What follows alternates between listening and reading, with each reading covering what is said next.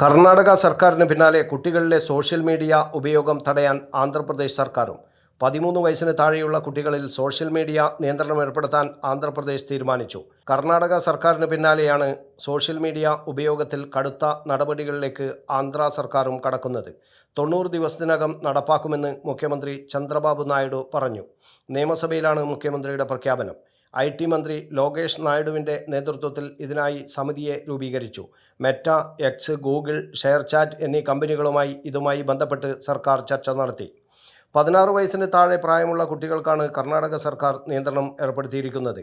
കുട്ടികളിലെ മാനസികാരോഗ്യം ഉറപ്പുവരുത്താനും വായനയിലേക്ക് തിരികെ കൊണ്ടുവരാനും ലക്ഷ്യമിട്ടാണ് പ്രഖ്യാപനം.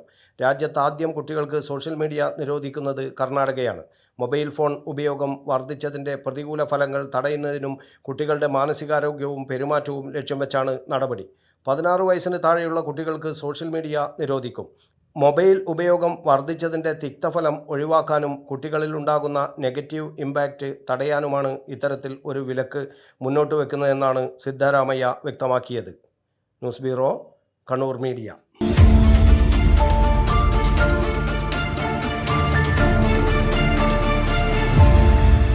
വിവാഹ പർച്ചേസുകൾക്ക് കുറഞ്ഞ പണിക്കൂലിയിൽ സ്വർണം മുൻകൂട്ടി ബുക്ക് ചെയ്യാൻ അഡ്വാൻസ് ബുക്കിംഗ് സ്കീം. പണിക്കൂലിയിൽ 50% വരെ ഡിസ്കൗണ്ട് നേടാൻ മൈ ഗോൾഡ് സേവിംഗ് സ്കീം. പണിക്കൂലി ഒന്നുമില്ലാതെ സ്വർണ്ണാഭരണം സ്വന്തമാക്കാൻ ഗോൾഡൻ ബഡ് സ്കീം.